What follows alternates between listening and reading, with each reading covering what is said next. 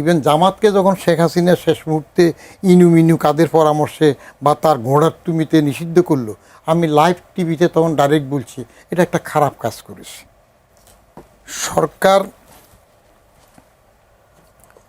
Budget করার আগে ব্যয়টা বেশি করে, ব্যক্তিত্ব আগে তার টাকা দেখে তারপরে ব্যয়টা খরচ করে। ব্যক্তি এবং সরকারের তফাৎ ওইখানে। ন্যাশনাল বাজেটে সরকারের পলিটিক্যাল প্রোগ্রাম থাকে, কমিটমেন্ট থাকে, যেমন ফ্যামিলি কার্ড, কৃষক কার্ড, এগুলো দিয়েছে।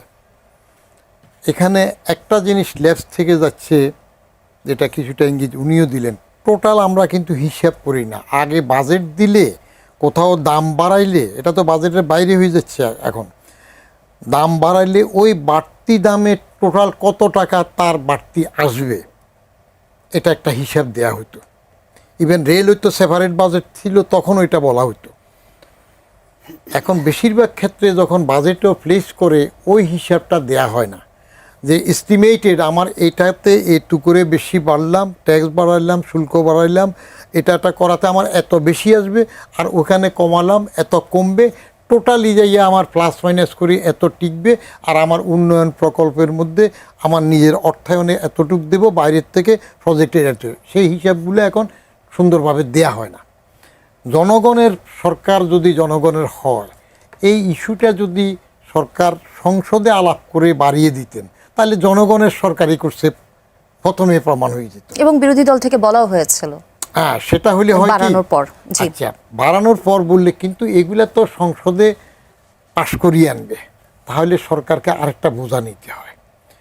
সংসদে যদি আবার এই বাড়ানোটা পাশ করে, তখন তো আরও বেশি হয়ে আল্লাহ হবে, এ দেখলা যাদেরকে ভোট দিলাম এরা সব কী করলো, আমাদের বিরুদ্ধে করলো। এই জন্য সরকার সংসদের ওখানে আলোচনা করতে চায় না, এভাবে করে নে, জনগণের কষ্ট হবে। কিন্তু একটা সমস্যা হলো, সরকার তো অন্যদিকে জনগণের উপকারের জন্য কৃষক কার্ড দিচ্ছে, ফ্যামিলি কার্ড দিচ্ছে, এগুলো মূল্যায়নের সময় আরও 4-6 মাস পরে আসবে। কিন্তু কৃষক কার্ডের মধ্যে সেখানে যে সুবিধাটা দিচ্ছে, সে টাকাটা কোথার থেকে আসবে? ফ্যামিলি কার্ডে যে 2,500 টাকা করে দেবে 4 কোটি পর্যন্ত, এটা টাকাটা কোথার থেকে আসবে? আরও সোশ্যাল সেফটি নেটওয়ার্ক যেগুলা বাড়াতে চায়, সেগুলা কোথার থেকে আসবে? অতএব গভর্নমেন্ট নিজের শক্তি, সামর্থ্য এবং ইমপ্লিমেন্টেশন ক্যাপাবিলিটি কতটুকু থাকবে, সেদিকে ফোকাস কোন দিকে করবে। সহজ পথ, গাড়ির উপর ট্যাক্স ভরে দাও, মোটর সাইকেলে বসাও, দরকার হলে ব্যাটারি রিক্সার উপর বসাও, মানে যেটা তার উপায় থাকবে না।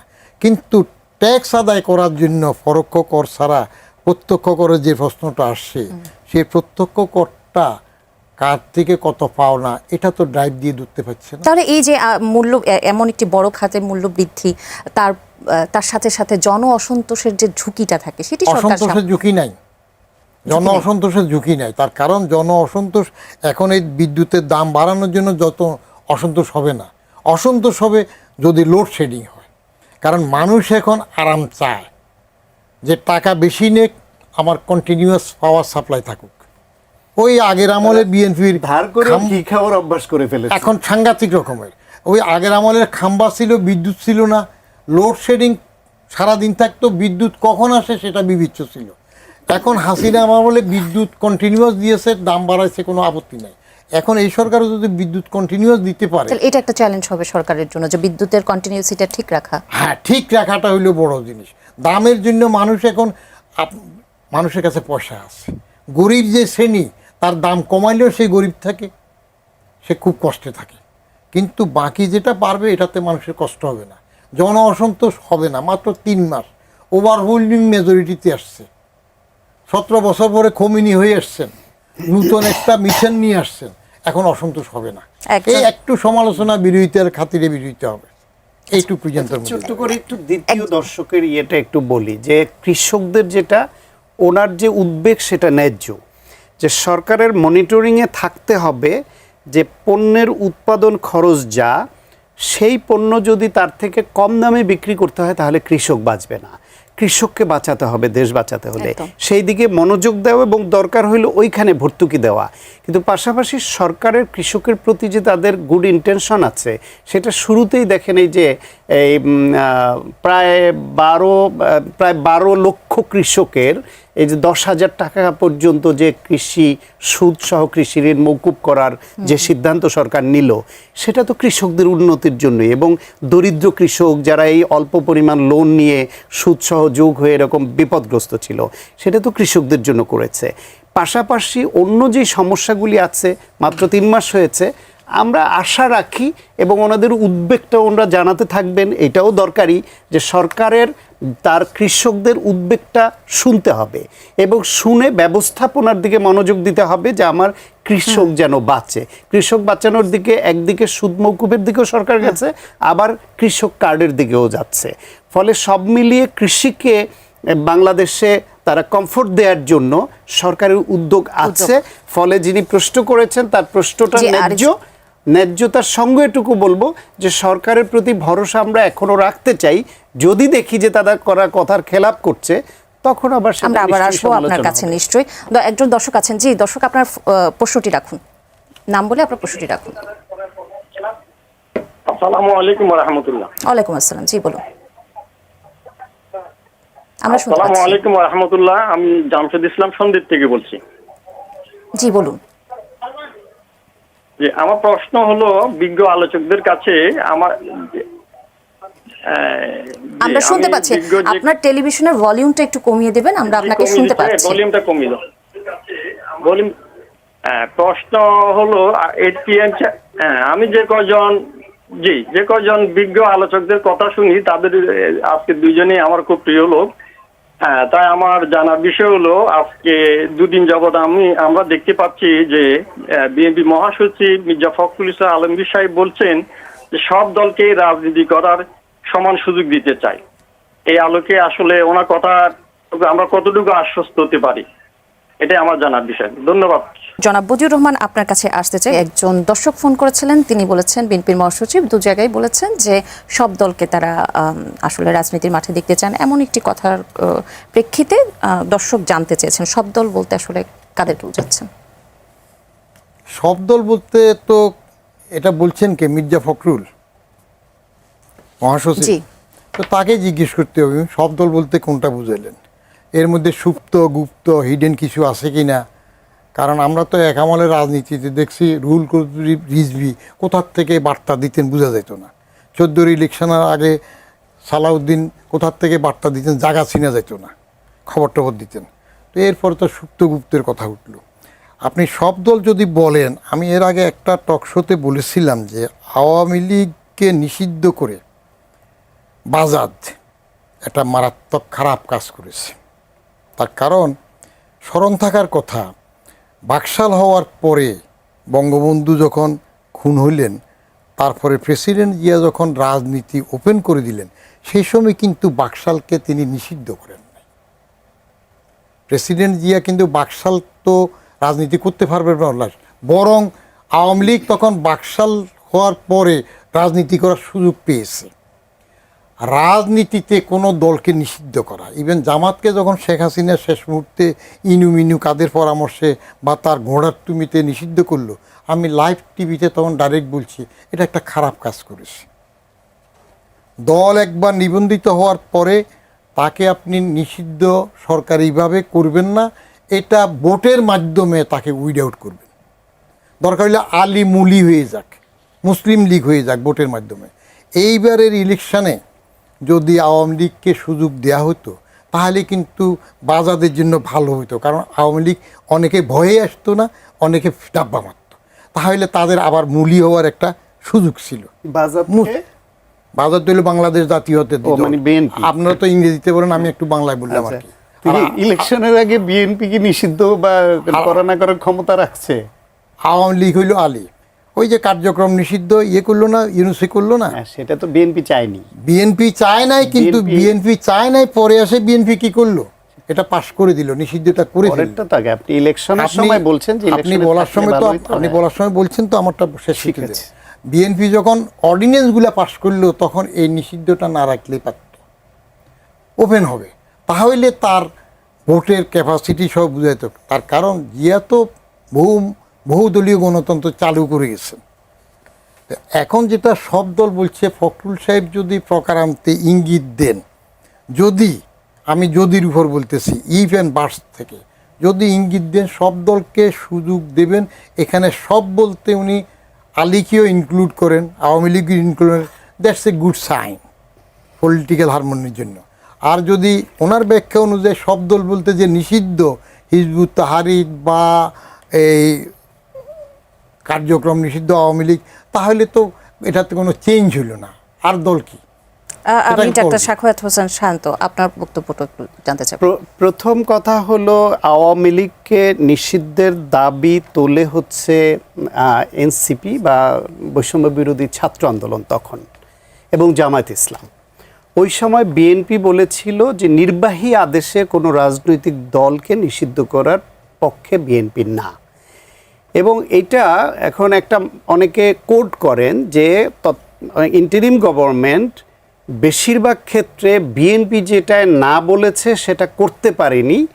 কয়েকটা মেজর সিদ্ধান্ত যেটা বিএনপি না করার পরও হয়েছে, একটা গণভোট, ওই যে ওই অতগুলা প্রশ্ন নিয়ে যেটা তাদের নোট অফ ডিসেন্ট ছাড়া সেটা একটা, আর হচ্ছে আওয়ামী লীগকে কার্যক্রম নিষিদ্ধ করা। সুতরাং নির্বাচনের আগে ওই সময়টায় আওয়ামী লীগকে নিষিদ্ধ করার পক্ষে বিএনপি ছিল না, এটা তাদের দাবিও ছিল না, তারা চায়ওনি, তাদের অবস্থান স্পষ্ট করেছে। সুতরাং বাজাদ আওয়ামী লীগকে নিষিদ্ধ না করলে ভালো করতো, তাইলে নির্বাচনে বোঝা যেত ভোটের মাঠে কার কী অবস্থান। এইটা বাজাদের এখতিয়ারভুক্তই ছিল না তখন নির্বাচনের আগে, এটা ইন্টারিম গভর্নমেন্টের এখতিয়ারভুক্ত ছিল। এবং ভাইয়ের বাসায় বাজাদ, আমরা যেটাকে বিএনপি বলতে ভালোবাসি, সেই বিএনপি ওটা চায়নি এবং তাদের এখতিয়ারভুক্তও ছিল না। সুতরাং নির্বাচন পর্যন্ত এটার দায় দায়িত্ব হচ্ছে ইন্টারিম গভর্নমেন্টের, এবং সেটার মোস্টলি তার দাবি এবং ক্ষেত্র তৈরি করেছিল এনসিপি এবং জামায়াত ইসলাম, ওই যমুনার সামনে ঘেরাও দিয়ে বাধ্য করেছিল। এরপর আসেন ইলেকশনের পরে 1 মাসের মধ্যে অধ্যাদেশগুলোকে আইনে পরিণত না করলে সেটা অটোমেটিক্যালি অকার্যকর হয়ে যায়। এখন আওয়ামী লীগের কার্যক্রম নিষিদ্ধের এইটা ইন্টারিম গভর্নমেন্ট যেটা করেছে, এটা একটা ভেরি বিগ পলিটিক্যাল ইস্যু। সেই ইস্যুতে বাংলাদেশে বিএনপির হাতে তখন এইটা একটা স্পর্শকাতর ইস্যু ছিল। আজকে যারা বিএনপি সংসদে এই আইন পাশ করে এটা অধ্যাদেশকে আইনে পাশ করা ঠিক হয়নি বলছে, আমার ধারণা এদের অনেকেই বিএনপি যদি এটাকে আইনে পাশ না করতো, তাহলে এই জামায়াত এনসিপির একজোট হয়ে যে তাণ্ডব শুরু করতে এবং বাংলাদেশের ফ্যাসিবাদদের পুনর্বাসনের দায়িত্ব নিয়েছে বিএনপি, ইন্ডিয়া তাদের ক্ষমতায় এনেছে এই শর্ত সাপেক্ষে যে আওয়ামী লীগের নিষেধাজ্ঞা তুলে নিতে হবে, এইভাবে করে বিএনপিকে নির্বাচনের আগেও নানামুখী যে অপতৎপরতা চালিয়েছে, ট্যাগিং এবং কালার দেওয়ার, ঠিক এইটা ওইরকম একটা কালার দেওয়ার বড় ক্ষেত্র তৈরি হতো। ফলে বিএনপির পক্ষে এই সরকারের, তাদের 2/3 মেজরিটি আছে, তাদের পক্ষে ওই সময় ওই অধ্যাদেশকে আইনে পরিণত করার বাইরে অন্য কোনো স্কোপই ছিল না হাতে। এটা রিয়ালিটি, রাজনৈতিক রিয়ালিটি, এটা বুঝতে হবে। কারণ এই দেশে গণ অভ্যুত্থানের পক্ষের কোনো শক্তি আওয়ামী লীগের বিচার সম্পন্ন না হওয়া পর্যন্ত এটা মেনে নেওয়ার মতো মানসিকতায় নাই। এখন নিয়েছে, আওয়ামী লীগ একবার ভুল স্বীকার করেছে, একবার অনুতপ্ত হয়েছে গণহত্যার জন্য, একবার বলেছে যে যারা হত্যা করেছে তাদের বিচার হলে তদন্ত সাপেক্ষে আমরা মেনে নিব বা আমরা হঠকারী সিদ্ধান্ত নিয়েছি। একবার তারা এই 16 বছরের গুম, খুন, হত্যা, হামলা, মামলার জন্য দুঃখ প্রকাশ করেছে। সেই আওয়ামী লীগের রাজনীতি ওপেন করে দিতে হবে বিচার না করে এত সহজেই দেশে, তাহলে কেন এই রক্ত, কেন এই জুলাই গণ অভ্যুত্থান হলো? সুতরাং এটা প্রথমে বিএনপি বিরোধিতা করেছিল যে নির্বাহী আদেশ হবে না, বিএনপি চেয়েছিল আদালতের মাধ্যমে সত্যিকার দোষী হলে নিষিদ্ধ হোক, নিষিদ্ধর বিরুদ্ধে বলে নাই, বলছে নির্বাহী আদেশে হতে পারবে না। এখন বিএনপি সেটা আইনে পরিণত করতে পরিস্থিতির কারণে সেটা না করার উপায় ছিল না, করেছে। কিন্তু আওয়ামী লীগকে উপলব্ধি করতে হবে তারা অন্যায় করেছে, তারা গণহত্যা চালিয়েছে, তারা গুম খুন করেছে, এবং যারা যারা করেছে তাদের বিচার হওয়াটা মেনে নিতে হবে, তাদের অনুতপ্ত হতে হবে। তারপর যারা ওই অপরাধী নয়, তারা সেই আওয়ামী লীগ নতুন করে রাজনীতি শুরু করবে বাংলাদেশে, নতুন বাংলাদেশে। জামায়াত ইসলামও তো 71-এর পর সুযোগ পায়নি, এবং তারা বিশেষ একটা পরিস্থিতিতে ৭৬-এর পরে সে রাজনীতি করার সুযোগ পেয়েছে। আমার মনে হয় তাদের যারা যারা অপরাধী ছিল বিচার আরও আগেই হওয়া উচিত ছিল। পরবর্তীতে বিচারের নামে আবার প্রহসন করা হয়েছে। ন্যায়সঙ্গতভাবে সঠিক তদন্তে যুদ্ধাপরাধী যারা ছিল ৭১-এ তাদেরও বিচার আমি কামনা করি, এই ২৪-এ যারা গণহত্যা করেছে তাদেরও বিচার কামনা করি। সুতরাং গণহত্যাই তাদেরকে আমি যে কোনো অজুহাতে বিচার ছাড়া গণভাবে ওপেন করে দিবে এখন রাজনীতি করবে, সেটা আমি ব্যক্তিগতভাবে চাই না এবং গণ অভ্যুত্থানের পক্ষের কোনো শক্তির চাওয়া উচিত না। জনাব বদিউর রহমান কিছু যোগ করবেন ছোট করে? আমাদের আমার যোগ করার বিষয় নয়, এগুলো আপেক্ষিক। কেমন আপেক্ষিক বিষয় নিয়ে একভাবে বক্তব্য দিই। আপনার মতামতটাই জানতে চাচ্ছি। আমার মতামত হইল প্রেসিডেন্ট জিয়া তো জামাতকে সুযোগ দিয়েছে ক্ষমতায় আসার পরে, কারণ তিনি একটা উদার মনোভাব নিয়েছেন। জামাতের গোলাম আজম আবার এই দেশে আসছে না, নাগরিকত্ব পেল না। ঠিক বহুদলীয় গণতন্ত্র চালু করার সময় তো এটা নিষিদ্ধ করা হয়নি, বাকশাল তো একটা বিশেষণ হয়েছে। বঙ্গবন্ধু সারা জীবন গণতন্ত্রের জন্য লড়াই করছেন, ৭২-এর 10ই জানুয়ারি পর্যন্ত ওনার ভূমিকা নিয়ে কোনো প্রশ্ন নাই। কিন্তু বাকশাল করে উনি যে ক্ষতিটা করলেন, নিজে মরলেন, সবাইকে মারলেন, সেটার পুনরুদ্ধার হইল পরে বহুদলীয় গণতন্ত্রে আসাতে তারা করল। যে কয়েকজন বাকশালের মধ্যে ছিল, রাজ্জাক, মহিউদ্দিন সাহেবরা, তারাও পরে আওয়ামী লীগে আসলো।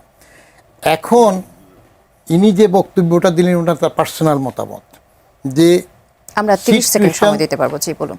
জি, সিচুয়েশন বাধ্য করেছে। এগুলো যার যখন যেটা সুবিধা হয় তখন সেভাবে বক্তব্য দিবে। আবার যদি এখন ফখরুল সাহেব বলে যে আমরা তখন সিচুয়েশন বাধ্য করছে, তাই তাদের এটা আবার আইনে করছি যে কার্যক্রম নিষিদ্ধ থাকবে, আবার সিচুয়েশন বাধ্য করছে গুমেরটা বাদ দিয়ে দিচ্ছে, ওই যে জুডিশিয়াল কাউন্সিলের যে সুপ্রিম কোর্ট সচিবালয় সেটা বাদ দিয়ে নতুন করে আনা হবে এমনটি বলেছে। শুনেন, আপনি নিজে যেটুক আছে এইটুক আগে রাখলেন না, বাদ দিয়ে দিলেন, নতুন করে আনবেন, 9 মণ ঘি জুটবে। দুজন দর্শক আছেন। জি দর্শক, প্রথমজন নিশ্চয়ই আপনার নাম এবং প্রশ্নটি করবেন প্লিজ। আমার নাম উসমান, আমি রংপুর থেকে বলছিলাম। আমার প্রশ্ন দুজনের কাছেই, যে আমরা যে দেশের জনগণ, দেশের যে সরকারকে নির্বাচিত করলাম, তো একটা দেশের সরকার, দেশের যে মূল মালিক জনগণ, জনগণের উপর যে একটা বোঝা চাপিয়ে দিবে, সেই চাপিয়ে দেওয়ার ক্ষেত্রে কতটুকু চাপিয়ে দিবে এবং এটা যৌক্তিক কতটুকু, মানে ব্যাখ্যা দিয়ে এই জিনিসটা কি আমরা জানতে পারি না? আমরা কি আন্তর্জাতিক সর্বশেষ যে জ্বালানি তেলের দামটা বাড়ালো, ওই দিন আন্তর্জাতিক বাজারে জ্বালানি তেলের দাম কমে গেছিল। তো ওই সেই ক্ষেত্রে আপনি আন্তর্জাতিক বাজার অনুযায়ী যদি আপডেট না করেন দামটা, তাহলে কিসের ভিত্তিতে আপডেট করলেন? এই প্রশ্নটা আমরা যে করব, এই জানার উত্তরটা কি দিবে এবং সাংবিধানিক ভাবে সেই ব্যাখ্যাটা আছে কিনা যে আপনি বিদ্যুতের দাম বাড়াবেন, জ্বালানির দাম বাড়াবেন, কতটুকু বাড়াবেন, এই বিষয়টা সম্পর্কে সংবিধানে কি আছে? আমাদের দেশের মালিক কতটুকু সরকারের কাছে জানতে চাইতে পারে, কার কাছে চাইতে পারে, এই বিষয়টা দুজনের কাছে যদি ব্যাখ্যা করে বলতেন খুব খুশি হইতাম। অসংখ্য ধন্যবাদ আপনার প্রশ্নের জন্য। আরেকজন দর্শক আছেন ফোনে। জি দর্শক, আপনার নাম বলে প্রশ্নটি রাখুন। আসসালামু আলাইকুম ওয়া রাহমাতুল্লাহ। ওয়ালাইকুম আসসালাম। জি বলুন। ম্যাম, আমি পাবনা থেকে আব্দুল জব্বার বলছিলাম। আসলে আমার প্রশ্নটা এক ভাই তো মানে পাশাপাশি একই প্রশ্ন, তারপরে না বলে আর পারছি না।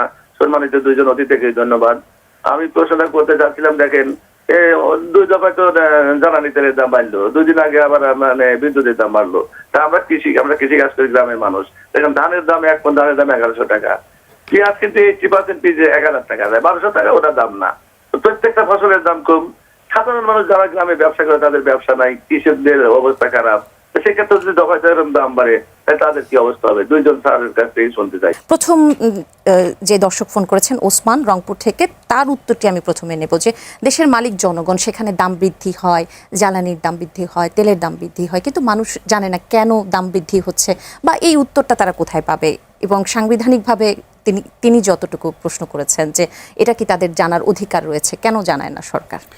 দুজনের প্রশ্ন কাছাকাছি এবং দুজনের উত্তরটাই সংক্ষেপে একবারে যেটা আমার মনে হয় ন্যায়সঙ্গত সেটা দেই। এক হচ্ছে যে উনি প্রথম দর্শক যেটা বলেছেন ভেরি লজিক্যাল, যে যদি আমরা মনে করি গণতন্ত্র প্র্যাকটিস করব, তাহলে ডেমোক্রেটিক কান্ট্রিতে ডেফিনেটলি আমাদের সাংবিধানিকভাবে দেশের মালিক জনগণ। একদম। সেই জনগণ তার প্রতিনিধি নির্বাচন করে তাদেরকে পরিচালনা করবার জন্য, যে এই রাষ্ট্র নামের এই সংগঠনটিকে কিছু পরিচালক দরকার হয়, তারা জনগণের জন্য দেশের স্বার্থে পরিচালনা করবে।